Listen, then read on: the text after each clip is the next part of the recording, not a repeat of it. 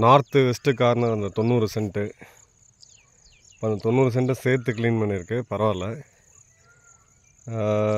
இந்த இடம் ஓரளவுக்கு க்ளீன் ஆகிருக்கு. ஸோ இப்போ நார்த் ஈஸ்ட் அந்த மரத்தை நம்ம பார்க்குறோம். ஸோ இந்த ஸ்ட்ரெச்சை இப்போ முள்ளை போட்டு எரிச்சு விட்டுட்டோம்னா அடுத்து உழுவ ஆரம்பிச்சிடலாம். இந்த ஸ்ட்ரெச் நமக்கு கிடச்சிரும். ஸோ நடுவில் கிணத்துல மட்டும் அந்த சுற்றி அந்த இருக்கிற ஏரியா முள் இருக்குது. அதே மாதிரி இது அகைன் ரெஃபரன்ஸ் நார்த் ஈஸ்ட்டு. அந்த ஸ்ட்ரெச்சில் அங்கேருந்து அந்த கரும்பு காடு வரைக்கும் ஃபுல்லாக முள் இருக்குது. நான் அதை அப்படியே கிட்ட போய் காமிக்கிறேன்.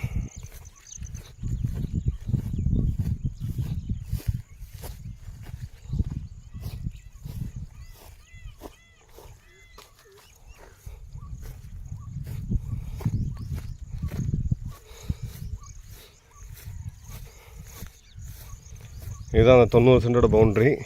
நம்ம நார்த் வெஸ்ட் இப்போ பார்க்குறோம். ஸோ 90 சென்ட்டோட பவுண்ட்ரியோட வரப்பில் நான் போயிட்டுருக்கேன். ஸோ இந்த இடமும் முள்ளெல்லாம் வெட்டியாச்சு.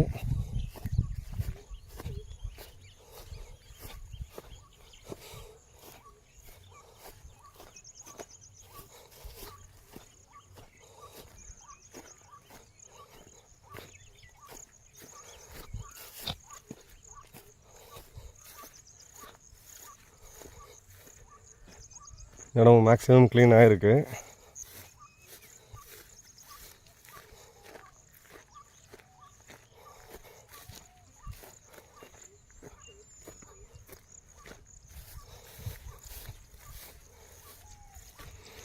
இந்த பெட்டு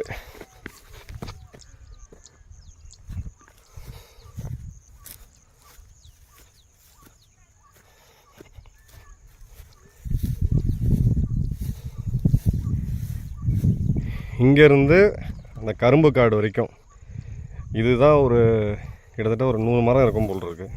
முள் மரம். இதை க்ளீன் பண்ணிவிட்டு அந்த கிணத்துல இருக்க ஏரியாவை க்ளீன் பண்ணிட்டோன்னா முள் முடிஞ்சுது, டோட்டலாக முடிஞ்சுது.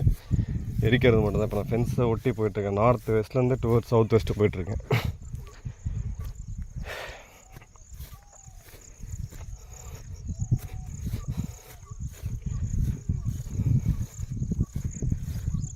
இந்த ஏரியா ஃபுல்லாக அப்படியே இருக்குது. ஸோ இன்றைக்கி நாளைக்கு முடிஞ்ச வரைக்கும் இந்த ஏரியாவை க்ளீன் பண்ணிடுவோம்.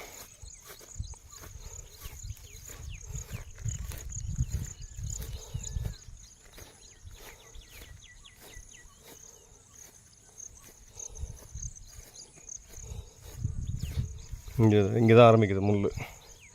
பில்லர் நம்பர் 203 ஆரம்பிக்குது. 203 ஆரம்பித்து அது வரைக்கும் ஃபுல்லாகவே முள்ளாக தான் இருக்குது. இந்த இடத்த நம்ம க்ளீன் பண்ணணும்.